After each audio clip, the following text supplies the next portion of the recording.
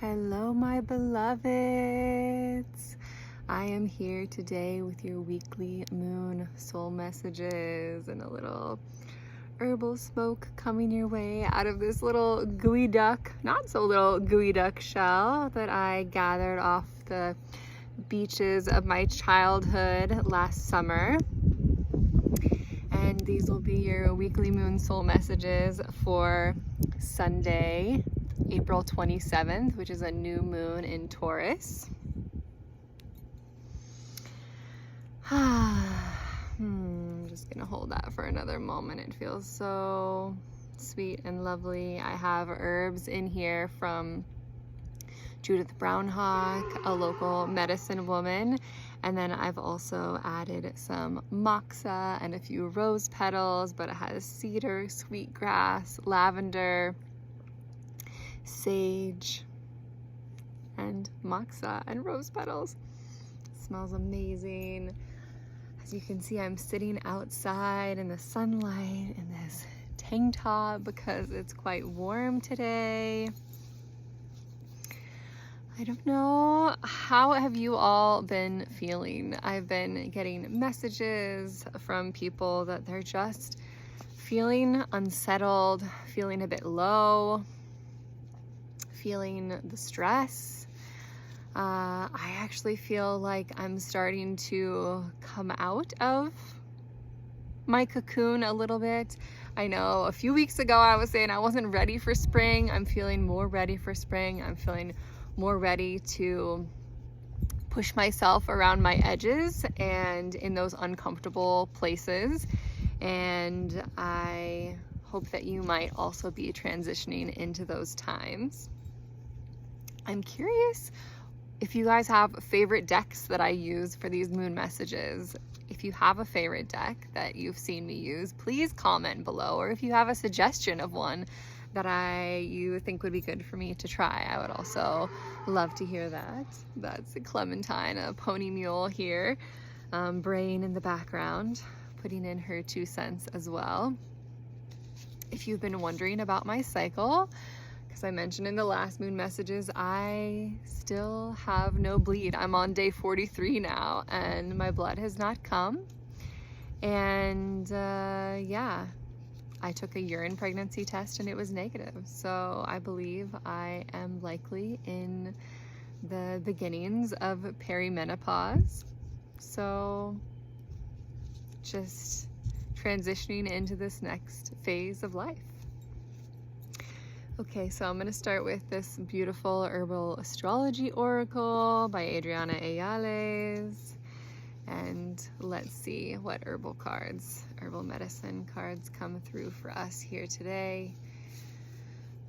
I've also been feeling the call from Spirit to deliver these soul messages without cards, or maybe try doing them with just one card and then doing intuitive inspired speaking from there. So I'm curious what you all think about that. Tobacco, offering.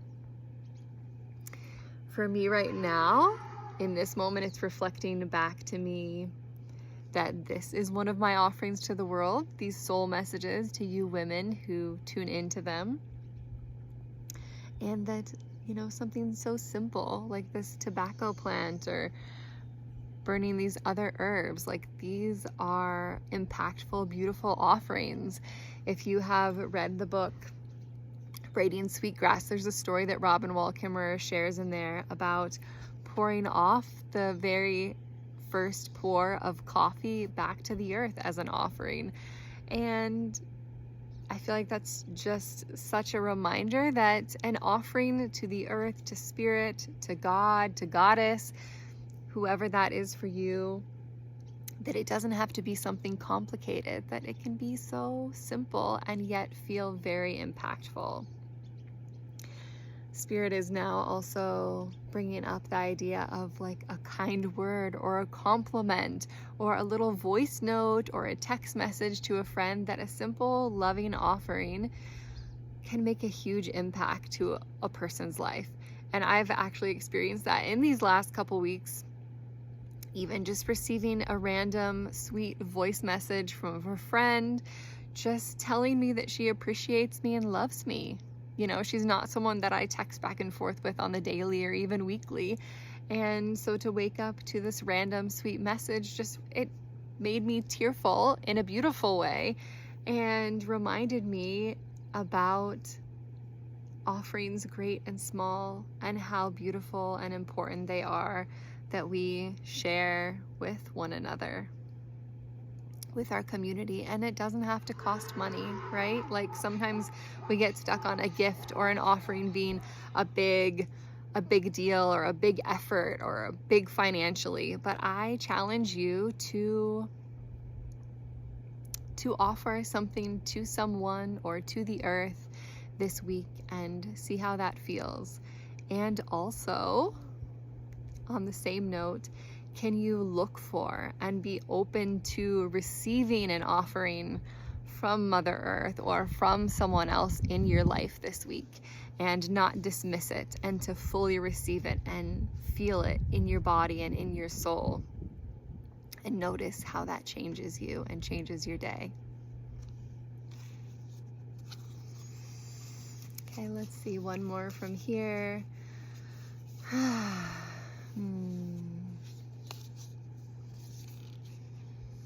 Lemon Balm. Ooh, Lemon Balm 52, Nurture.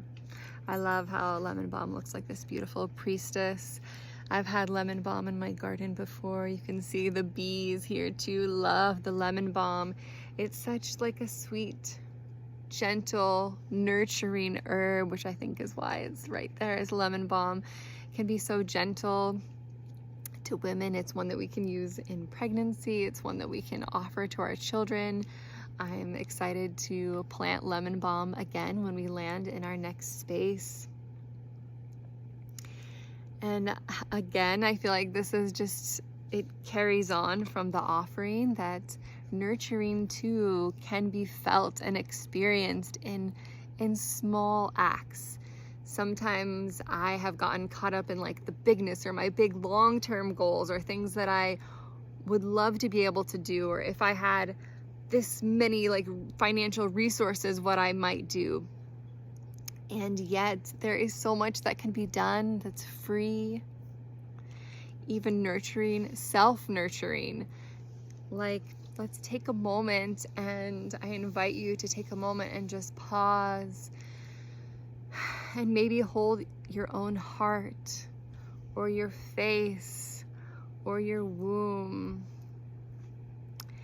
and transmute through your hands some nurturing, loving kindness energy to your own self.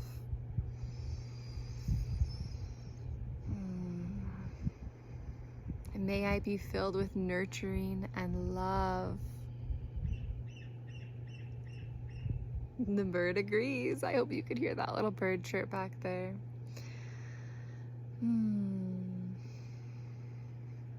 Imagine the nurturing and loving touch. I feel like right now I'm imagining some of my female ancestors, both my grandmothers, and how they might touch and hold me and send me energy through the cosmos from wherever they are right now. May you also feel that you are being nurtured and loved in this moment. Can you feel that? I feel it. I hope you feel it too. Okay, now I have this incredible deck, this Autumn Sky deck.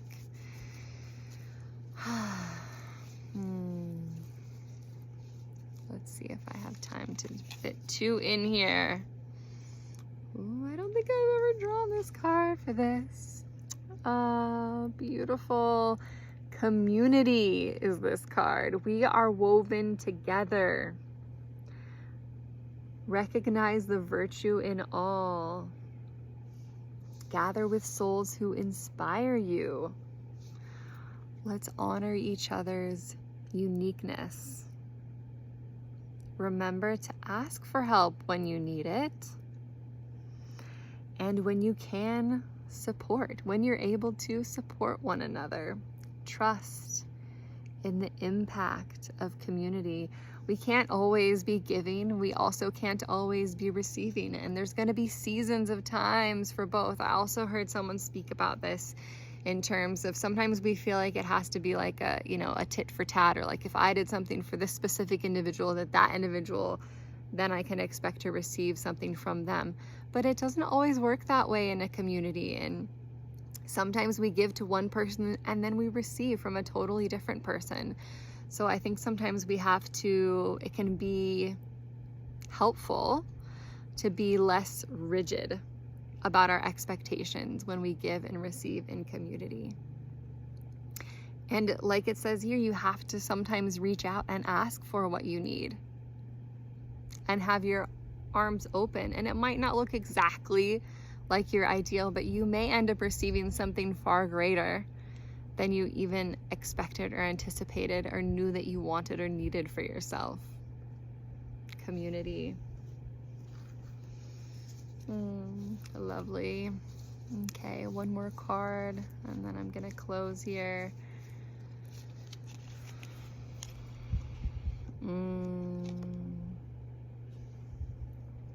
Inner peace, tranquility.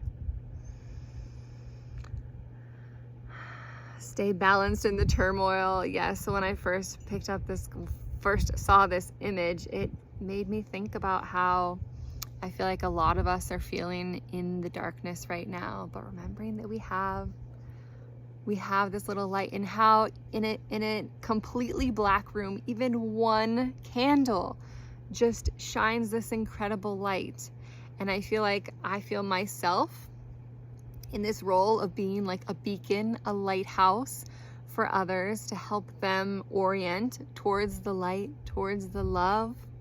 I feel like you, my beautiful women that are listening to these messages, you too are this, you hold this role in your community. And of course, it can't be all the time you, and there are others, but I feel like you too are being called to shine your light. Shine that light in the storm so that others can turn to you, learn from you, witness you. Do you feel that? Do you feel that you are being called to be a light with your literal energy and maybe also your voice? I feel like this is a calling for you. Step into it, step forth. We're not going to be comfortable with something the first time we do it. Most of the time, it's going to take practice and it's going to be hard, and we're going to fumble and we're going to make mistakes. Okay? Mistakes are normal. Mistakes are part of it. Failure is part of it. I can get trapped in the perfection of only wanting to put out perfect videos, perfect content, perfect messages, but let's share in the imperfect world. And that's will also help us to build community, because if we think that we have to be perfect in order to do something, like how's that work? Hasn't worked for me, okay? Don't think it's working for you either. So remember to make little offerings throughout your day to yourself and to others. Nurture your needs. Offer little practices, little ways of nurturing one another. Remember that you don't exist in a vacuum. We're not individuals. We're social beings that are meant to be in community with one another. And that we need to show up imperfectly in these times. Nobody is perfect. We're gonna mess up, and there is possibility for repair. And always return to your inner peace. When the world outside is chaotic and crazy and you think you don't fit in, remember the light that's within you that never goes away. The center of the center. There's a light that never ends, says Alexa Sunshine Rose in her song. Remember that light is within you forever and always. And when you feel called to shine it, even if you feel scared, I urge you, shine that light. Shine your light, women. The world needs you now.